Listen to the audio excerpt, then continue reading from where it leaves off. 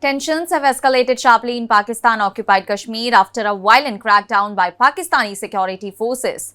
On anti-election protesters in Rawalakot reportedly left at least 20 people dead and several others injured. The incident has intensified unrest in the entire region, with protest leaders ensuring to continue their movement despite the casualties, while Pakistan's opposition has also criticized the use of force against civilians. The violence took place in Rawalakot's Drake Edgah area, where a large number of residents had reportedly boycotted the elections and gathered to protest against alleged election manipulation and long-standing political grievances.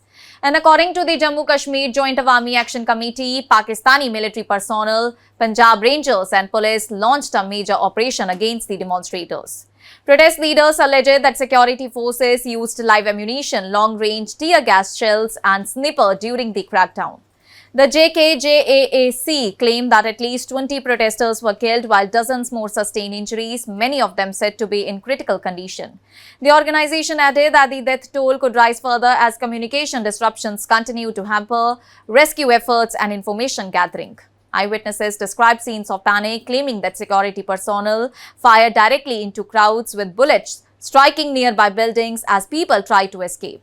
Several videos circulating on social media appear to show damaged property, injured protesters and rescue operations. However, many of these visuals and casualty figures have not been independently verified. Following the violence, protesters claim that they blocked all the major entry points into Rawalakot to prevent additional Pakistani security forces from entering the city. Residents also alleged that authorities imposed a communications blackout by suspending mobile networks, internet services and electricity across several parts of the region. The JKJAAC has made it clear that the movement will continue despite the crackdown. Senior committee leader Sardar Umar Nazir Kashmiri said that the long march would not be called off and that the organization would continue demanding justice for all those who lost their lives. He also confirmed that his own brother Usman Nazir was among all those killed during the violence, and the ongoing protest began after talks between the Joint Awami Action Committee and Pakistani authorities reportedly failed to produce a mutually acceptable solution. Protesters had launched a long march from the Mirpur division, planning to reach Muzaffarabad, with Rawalakot serving as the major gathering point, and the crackdown has also drawn criticism from within Pakistan. Jamiat Ulema-e-Islam chief Maulana Fazlur Rahman condemned the firing on protesters, describing it as open terrorism. He accused the authorities of suppressing peaceful demonstrations instead of addressing public concerns and called on the government to immediately end the use of force against civilians. Meanwhile, the United Kashmir People's National Party urged the United Nations International Human Rights Organization and democratic governments to intervene.